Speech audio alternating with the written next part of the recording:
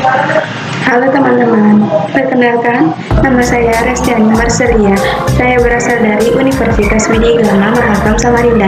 Di universitas sendiri saya mengambil jurusan Prodi Manajemen. Jadi di sini saya akan menjelaskan sedikit apa itu polusi udara. Jadi polusi udara merupakan suatu kondisi di mana udara yang ada di sekitar kita dicemari oleh bahan-bahan kimia, zat atau partikel yang bersifat negatif atau bahan biologis lainnya yang bersifat membahayakan manusia maupun makhluk hidup lainnya. Untuk info lebih lanjut, kita bisa simak video yang akan saya berikan. Indonesia termasuk negara dengan polusi udara yang tinggi. Polusi udara adalah zat yang mempunyai efek yang berbahaya atau yang beracun pada lingkungan. Apakah kalian tahu bagaimana polusi mempengaruhi badan kita? Terdapat dua cara polusi memasuki udara. Yang pertama adalah point source, di mana polutan berasal dari sumber seperti edisi pabrik. Yang kedua adalah non-point source, di mana polutan terdapat banyak sumber. Terdapat dua jenis polutan primer adalah yang dapat menyebabkan polutan secara langsung dan polutan sekunder, di mana polutan berbentuk sebagai hasil reaksi. Tiga organ utama yang dipengaruhi oleh polusi udara, paru-paru, jantung, dan otak. Polutan di udara adalah molekul-molekul kecil yang dapat dengan mudah masuk ke dalam tubuh. Di saat kita bernapas, mereka dapat menyebabkan inflamasi di paru-paru yang dapat mengakibatkan kehilangan kapasitas dan mengurangi fungsinya seiring waktu. Penumpukan polutan ini dapat menyebabkan penyakit pada paru-paru kita seperti sesak nafas, emfisema, bronkitis, bahkan kanker. Terlebih lagi, molekul buruk ini bisa masuk ke aliran darah seperti membuat jantung kita menjadi stres dan bekerja lebih keras untuk bisa berusaha menyediakan tubuh dengan jumlah normal oksigen. Molekul-molekul ini bisa menyebabkan inflamasi dan kontriksi pada pembuluh darah yang juga bisa menyebabkan stroke jika pembuluh darah yang terlibat berhubungan dengan otak. Selain itu, molekul-molekul ini bisa memecahkan plak yang sudah terbentuk sebelumnya di pembuluh darah akibat pola makan yang tidak sehat dan mengakibatkan blokir pada pembuluh yang terlibat. Hal ini dapat menyebabkan kondisi yang mengancam nyawa. Berikut ini adalah 5 tips dari WHO. Yang pertama, batasi berjalan di jalanan yang sibuk. Yang kedua, batasi menghabiskan waktu di daerah yang ramai kendaraan, seperti jalan raya. Yang ketiga, jika kalian berolahraga, lakukan di tempat yang tidak berpotensi. Keempat, batasi penggunaan kendaraan. Terakhir, jangan membakar sampah karena asapnya dapat merusak kesehatan.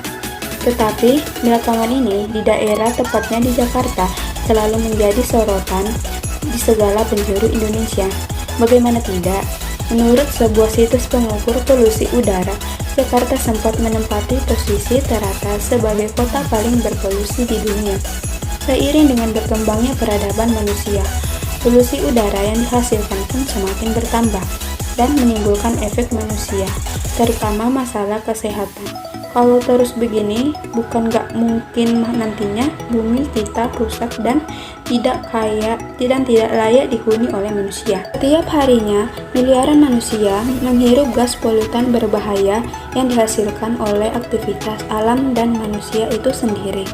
Tingginya mobilitas masyarakat dalam berkendara juga turut adil terhadap pencemaran udara di daerah perkotaan. Pencemaran udara berasal dari partikel padat dan cair seperti karbon monoksida, sulfur dioksida, nitrogen dioksida, dan ozon. Seperti yang kita ketahui, polusi udara menyebabkan berbagai masalah serius pada kesehatan, terutama di saluran pernapasan manusia. Dampak yang paling umum terjadi adalah penyakit jantung, kanker, paru-paru, sampai ISPA, infeksi saluran pernapasan. Jika hanya menyerang fisik, menurut jurnal PLOS Biologi, dampak dari polusi udara ternyata berpotensi menyebabkan munculnya depresi dan gangguan bipolar karena terjadinya peradangan saluran pernapasan. Mengingat begitu fatalnya dampak bagi kesehatan. Laporan Global Air Report yang diterbitkan oleh Health Effects Institute di Amerika dan Universitas British Columbia di Kanada mengklaim setidaknya polusi udara mengurangi 1-2 tahun usia manusia. Badan Kesehatan Dunia atau WHO juga memperkirakan bahwa 90% populasi manusia di dunia menghirup udara dengan tingkat polutan tinggi. Polutan udara disinyalir jadi penyebab kematian sekitar 7 juta orang di seluruh dunia.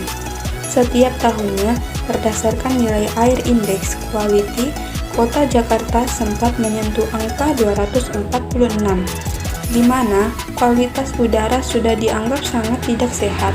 Agar kita senantiasa menjaga dan tidak merusak lingkungan hidup, karena pada dasarnya lingkungan hidup merupakan kesatuan sistem yang berkaitan antara alam dan makhluk hidup.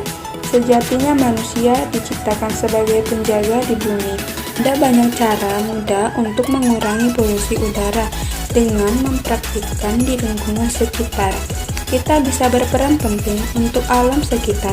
Contohnya, kita bisa beralih menggunakan transportasi umum, sepeda, atau sekedar berjalan kaki untuk meminimalisir asap kendaraan yang jadi sumber polusi.